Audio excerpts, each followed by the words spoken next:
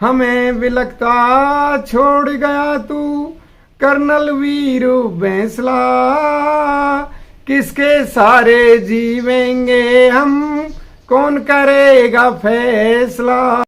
नमस्कार, आप देख रहे हैं सम्राट टीवी नेटवर्क। आज हमारे साथ मौजूद हैं चौधरी राजेंद्र सिंह गुर्जर, गांव परमदरा, तहसील डीग, जिला भरतपुर।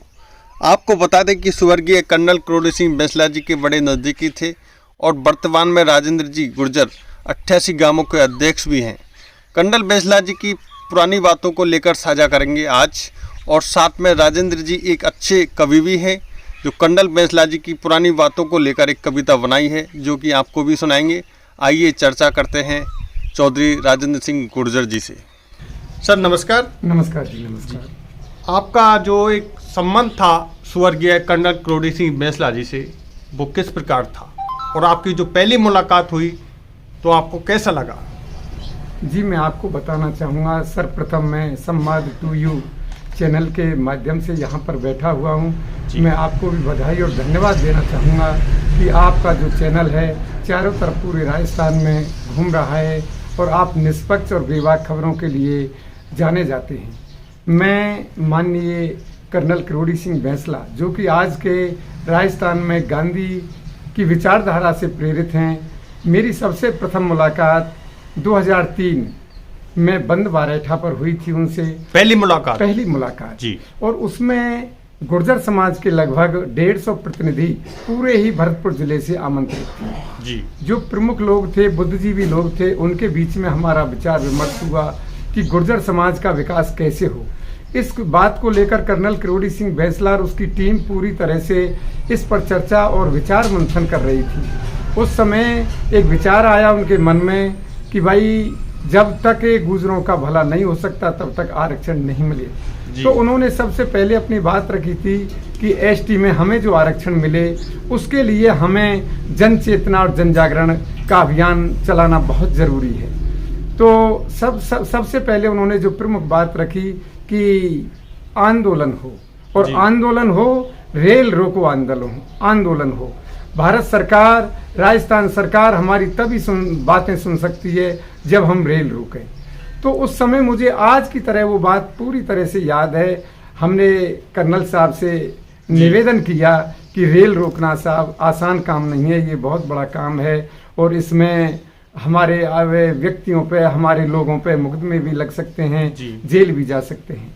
तो उन्होंने हंस करके कहा, चौधरी साहब आप क्या बात करते हो, आप तो जेल की बात करते हो। जो भी आज तक विश्व में क्रांति हुई है या भारत में क्रांति हुई है, हर क्रांति शहादत चाहती है, आप तो जेल की बात करते हो।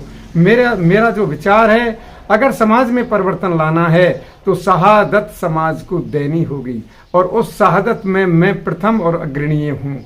तो मैं समाज के बीच में आया हूँ। मैं चाहता हूं कि अग्रिम जन जागृति होकर हम जो एसटी का आरक्षण मांग रहे हैं, उस आरक्षण में हमारी मैत्री भूमिका अन्य समाजों के साथ मेल जोल के साथ हम चाहते हैं पूरी तरह से रेल रोको आंदोलन बने और सरकार हमारी बात को सहर्ष सुने। हम नहीं चाहते किसी प्रकार का उपद्रव। हम अपनी अनुशासन में रहकर अपनी जो वेदना है समाज की, उस वेदना को हम राजस्थान सरकार और भारत सरकार के बीच में रखना चाहते हैं जी। तो ये जो उनका मिशन था, उन्होंने गांव जा करके ये बात कही। मेरी प्रथम मुलाकात 2003 में बंद बारेठा पर उनसे रूबरू हुई थी, और उसी दिन से उनके जो विचार थे उनका मैं कायल हूँ। उनके जो स्पष्टवादी विचार थे, उनकी जो तेज तर्रार नीति थी, जब मैं उनके मुखारबिंद से अंग्रेजी में भाषण सुनता था तो मैं उनकी तरफ मुंह ताक के देखता था कि आपके अंदर कितना बड़ा आप कर्नल के पद पर रहे हो, और आपने जो ये बातें गुर्जर समाज के लिए एक चिंतन किया, एक मनन किया, और उस आशावादी विचारधारा को लेकर गुर्जर समाज में जो जन चेतना का आप काम कर रहे हो, निश्चित रूप से हम और गुर्जर समाज सब आपके साथ है। मैं जिस समाज का संगठन, गुर्जर समाज का जो मेरा संगठन है वो गैर राजनीतिक संगठन है। गुर्जर 28 के अधिकतर गांव डीग तहसील में आते हैं और सबके अंदर मेरा आना जाना लगातार बना रहता है।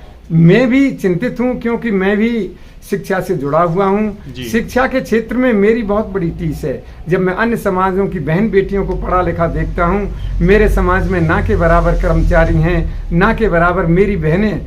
2003 के लगभग तो मेरे ही गांव में कोई भी बहन पढ़ी लिखी नहीं थी। मैं दूसरे शब्दों में कहूं तो एडमिशन तक पहली क्लास में भी मेरे गांव से किसी बच्ची का नहीं था। मुझे बड़ा रोना आता था कि आज मैंने एमए किया, बीएड किया, उसके बावजूद मेरे भी चिंता थी, जो कर्नल साहब कह रहे हैं, जब तक शिक्षा का विकास और प्रचार नहीं होगा, हमें नौकरियों में आरक्षण नहीं मिलेगा, गुर्जर समाज का कोई भी नुमाइंदा अफसर बनकर उन कुर्सियों पर नहीं बैठेगा, तब तक हमारे गुर्जर समाज का भला होना असंभव है। राजेंद्र जी, हम आपसे जानना चाहेंगे कि क्योंकि आप 28 गांव के एक अध्यक्ष हैं, गुर्जर अध्यक्ष, और गुर्जर समाज से भी आते हैं, तो जैसे गुर्जर समाज में कर्नल क्रोड़ी सिंह बैंसला जी हैं, उन्होंने ये संघर्ष किया, लड़ाई लड़ी और आपके लिए आरक्षण दिलवाया, काफ़ी मेहनत की, काफ़ी प्रयास किया, उसके बाद में जो सरकारों ने आरक्षण दिया, तो गुर्जर समाज में क्या सुधार नज़र आया? क्या उसके बाद में शिक्षा की ओर लोगों का फोकस होने लगा, बहन बेटियों को पढ़ाने लगे? क्या कहना चाहेंगे? मैं निश्चित रूप से ये कहना चाहूँगा इस माध्यम से कि जिस दिन से कर्नल साहब ने आरक्षण की आग उगली, उसी दिन से लेकर आज तक समाज में काफ़ी परिवर्तन हुआ है। गांव गांव बालक, ढाणी ढाणी के बालक पढ़ लिख करके आगे आ रहे हैं। आज जो उनका सपना था वो धीरे धीरे करके स्वप्न पूरा हो रहा है। गांवों में बच्चों में एक शिक्षा के प्रति अलग जगी है। उनका मानना था कि जब तक शिक्षा अधूरी है हमारे समाज की, अशिक्षा घर कर रही है, तब तक हमारे समाज का विकास संभव नहीं है। मैं पिछले 15 सालों से देख रहा हूँ, समाज में शिक्षा के प्रति लगन लगी है। गांवों में जो अनपढ़ समाज था, आज वो भी अपनी बहन बेटियों को विद्यालय में भेज रहा है। और उसके अलावा जो आज सरकारें हमारी हर बात पर गौर कर रही हैं, आज धीरे धीरे हर गांव से, जिन गांवों में कोई भी नौकरी नहीं थी, पिछले 15 सालों में उन गांवों का भी नंबर आया है। चाहे एक बालक लगा या 2 बालक लगा, कोई बड़ा अफसर ना बना, लेकिन छोटी छोटी नौकरियों पे लगे। और धीरे धीरे करके जिस दिन से एमबीसी का 5% आरक्षण राजस्थान सरकार ने दिया है, ये इसका पूरा ही श्रेय मैं कर्नल क्रोड़ी सिंह बैंसला जी को देना चाहता हूँ। उनकी जो मेहनत थी, उनकी जो लगन थी, समाज के प्रति उनका जो जज्बा था, वाकई देखने लायक था, काबिले तारीफ था। मैं उनकी भूर भूर प्रशंसा करता हूँ कि ऐसा महामानव जो राजस्थान के अंदर, जो ऐसा महामानव पैदा हुआ, जिसने हमारी कौम को, अगर वो चाहता तो अपनी जीवन आराम से अपनी कोठी में बैठकर बिता सकता था, लेकिन नहीं, उसके अंदर जो टीस थी कि मेरा गुर्जर समाज आगे आए, नौकरी करे, समाज की दशा और दिशा तय हो। आज मैं निश्चित रूप से कह सकता हूं कि धीरे धीरे समाज में काफ़ी परिवर्तन आया है। और आज हमारे बालक घरों में रहकर, चाहे वो शहर में रहें चाहे गांव में रहें, शिक्षा के प्रति पूरी तरह जागरूक हैं। जी राजेंद्र जी, जब स्वर्गीय कर्नल क्रोड़ी सिंह बैंसला जी, जब आंदोलन चल रहा था, कई लोग शहीद भी हो गए, कई पर मुकदमा भी हो गए, मगर उनका एक संघर्ष था, उनका एक भरोसा था, वो एक डटे रहे उस चीज़ पर कि जब तक मैं सफल नहीं हो जाऊं, जब तक मैं लड़ता रहूँगा। तो एक उनका एक अड़नापन, एक उनका मतलब जिद्दीपन, इसको लेकर क्या कहेंगे? मैं निश्चित रूप से कहूँगा ये अड़ियलपन नहीं था, उनकी सहज प्रवृत्ति थी कि जब तक सफलता ना मिले मुझे पीछे नहीं जाना है। चाहे उनके बारे में लोग कुछ भी कहें, उन्होंने सर्व समाज को लेकर आंदोलन किए।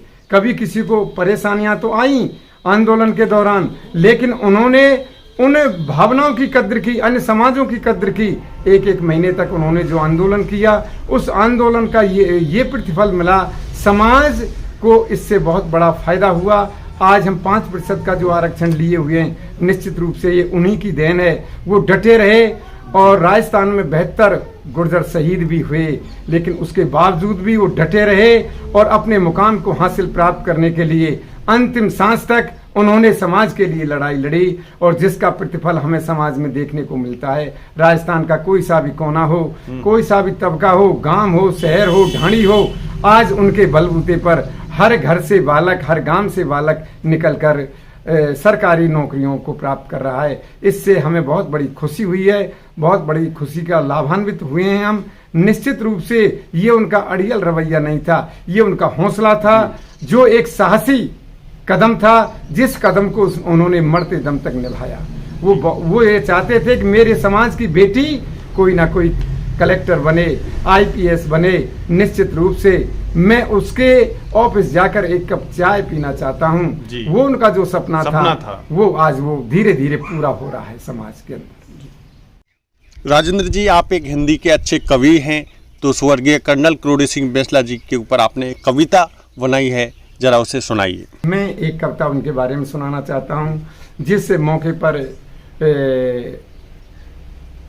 गांव मुड़िया में बहुत बड़ा हुजूम लग रहा था जी। 36 कौम की बरादरी वहां पर विराजमान थी और ग्राम मुड़िया के अंदर जब मैंने वो अपनी आंखों से नज़ारा देखा तो शायद ऐसी जो उनकी शहादत थी, जो एक कौम के लिए ही नहीं सर्व समाज के लिए सब चीख रहे थे, बिलख रहे थे। और उनकी जो अंतिम शव यात्रा जब उनकी गांव पहुंची शाम को 6 बजे, तो वहाँ का जो हुजूम मैंने देखा, वो 4 लाइन मैंने उनके लिए जीवन में बनाई, जिन्हें मैं आपके सम्मुख रखना चाहूँगा। हमें बिलखता छोड़ गया तू, हमें बिलखता छोड़ गया तू, कर्नल वीरू बैंसला, किसके सारे जीवेंगे हम, कौन करेगा फैसला। हमें बिलखता छोड़ गया तू, कर्नल वीरू बैंसला, किसके सारे जीवेंगे हम, कौन करेगा फैसला।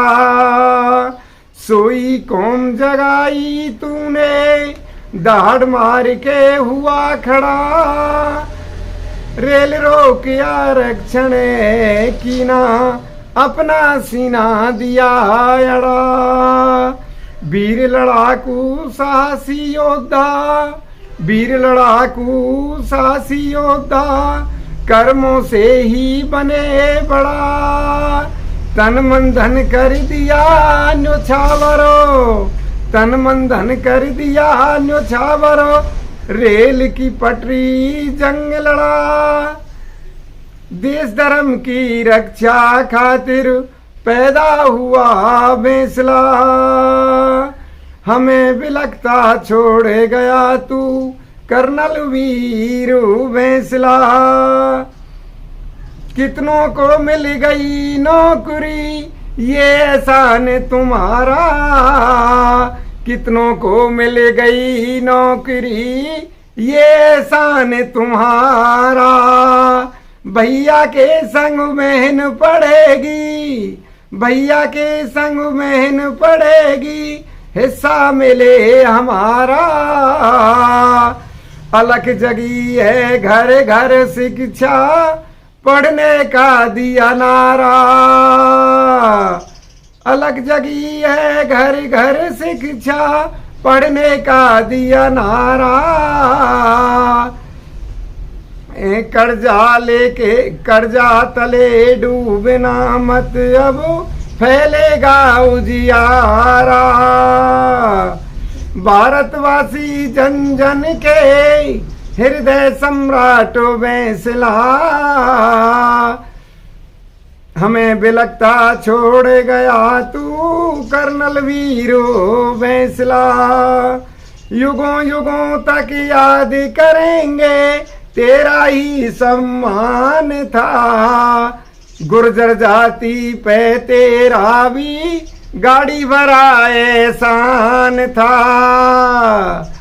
घर घर में तेरी पूजा होगी, कर्नल वीर महान था। गामुड़िया भारत के नक्शे की तो पहचान था। राजेंद्र की लिखे लेखनी, राजेंद्र की लिखे लेखनी, एक सहारा विजय बैंसला। हमें बिलखता छोड़ गया तू, कर्नल वीरू बैंसला। किसके सहारे जीवेंगे हम, कौन करेगा फैसला। हमें बिलखता छोड़ गया तू, कर्नल वीरो बैंसला। बहुत सुंदर आपने जो कविता बनाई है स्वर्गीय कर्नल क्रोडी सिंह बैंसला जी का, जो आपने एक हर शब्द को एक अच्छे ढंग से आपने जोड़ा है, उनके संघर्षों को एक याद किया है, जो इस दुनिया में नहीं रहे उनकी आपने थोड़ा इमोशनल इस कविता को बनाया है। अब हम अंत में आपसे जानना चाहेंगे, क्या संदेश देना चाहेंगे आप सब समाज को शिक्षा की ओर? मैं चाहूँगा संवाद टू यू चैनल के माध्यम से मैं सर्व समाज को साथ साथ गुर्जर समाज को भी यही संदेश देना चाहूँगा। हमारी सबसे पहली प्राथमिकता, आदरणीय कर्नल साहब की भी प्राथमिकता, मेरी स्वयं की भी प्राथमिकता कि हमारा बालक कोई भी अनपढ़ ना रहे। और शिक्षा के साथ साथ आज का जो कंप्यूटर युग है उसके हिसाब से हमें पूरी तरह से शिक्षा लेनी पड़ेगी।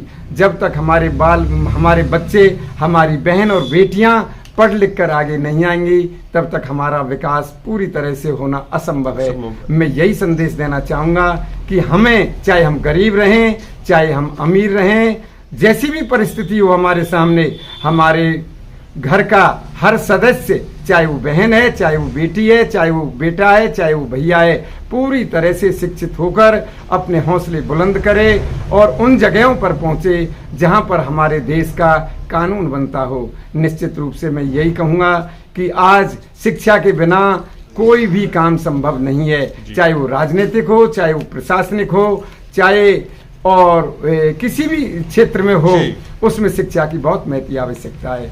मैं तो शिक्षा के साथ साथ एक बात और कहना चाहूँगा कि हमारा स्वास्थ्य भी सही बना रहे। आदरणीय कर्नल क्रोडी सिंह बैंसला ने कहा कि अगर स्वास्थ्य हमारा सही है तो निश्चित रूप से हम अपने ही काम नहीं औरों के भी काम आएंगे। मैंने 4 पंक्तियां उसमें जोड़ी हैं। खून ही जीवन है, एक कविता का शीर्षक है। खून बोलता खून चमकता, खून ही प्यार कराता है। खून बोलता खून चमकता, खून ही प्यार कराता है। खून ही खुद की रक्षा करता, खून ही जंग कराता है। खून से आसन, खून से शासन, खून ही चोर बनाता है। बिना खून के राजेंद्र जी चेहरा मुरझा जाता है।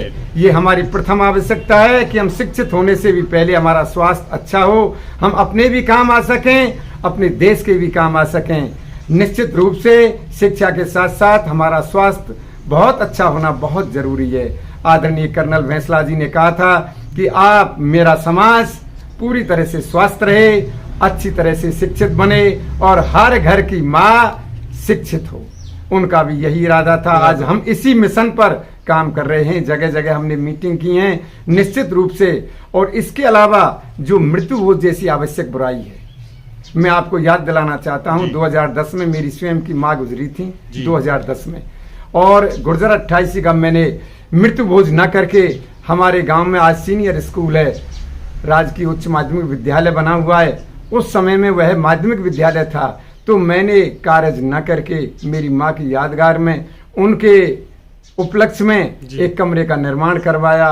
22 बाई 27 फुट का एक हॉल बनवाया, जिसकी तात्कालिक लागत 2,10,000 रुपए थी। मैंने समाज के लिए मिसाल पेश की कि मैं मृत्यु भोज नहीं करूंगा, और माँ की यादगार में आज गांव परमंदरा के अंदर वो कमरा सुरक्षित है, मौजूद है। देखो, हम आपसे बात करना चाहिए, मृत्यु भोज एक ये गलत परंपरा है, तो इसको लेकर जैसे लोगों में, जैसे अगर नहीं करते हैं तो लोग ताने मारते हैं, बातें करते हैं ग्रामीण क्षेत्र के लोग, तो उन लोगों के लिए क्या कहना चाहेंगे? मैं ये कहना चाहूंगा, उनकी नासमझी है। जो हमारी प्राचीन परंपरा चली आ रही थी उसको हमें बदलना है पूरी तरह से। मैंने भी देखा स्वर्गीय कर्नल क्रोडी सिंह बैंसला जी के जो 12 दिन होते हैं पूरे, तो हाँ मृत्यु भोज करते हैं, तो उन्होंने भी ये प्रोग्राम नहीं रखा, बस उन्होंने भी मृत्यु भोज नहीं रखा। तो ये संदेश लेना चाहिए कहीं ना कहीं। मैं निश्चित रूप से कहना चाहूंगा, मैं इसका पक्षधर हूं कि मृत्यु भोज करने से निश्चित रूप से हम, ये एक बहुत रूढ़िवादी विचारधारा है जो हमें गर्त की तरफ ले जाती है। आज हमें जो हमारे घर में पैसे का कुछ संचलन है, कुछ जमा राशि है हमारी, उन्हें हम विकास के कामों में ले सकते हैं। निश्चित रूप से मृत्यु भोज जैसी आवश्यक बुराई, इसके मैं खिलाफ हूं, क्योंकि जब मैंने स्वयं ने 2010 में मेरी माँ गुजरी तो उसके बदले मैंने जो कमरा बनवाया, समाज को संदेश देने का प्रयास किया कि जो हम दूसरों के लिए उपदेश देना चाहते हैं उसका हम स्वयं पालन करें। वो मैंने पालन करके सबसे पहले 2010 में दिखाया। जी, बहुत बहुत धन्यवाद, आपने हमारे लिए कीमती समय दिया। Thank you. मैं भी संवाद YouTube के लिए एक बार गुर्जर 88 की तरफ से हार्दिक बधाई देता हूं। आप यहां तक आए, आपका मैं हृदय से स्वागत करता हूं। नमस्कार। बहुत बहुत धन्यवाद।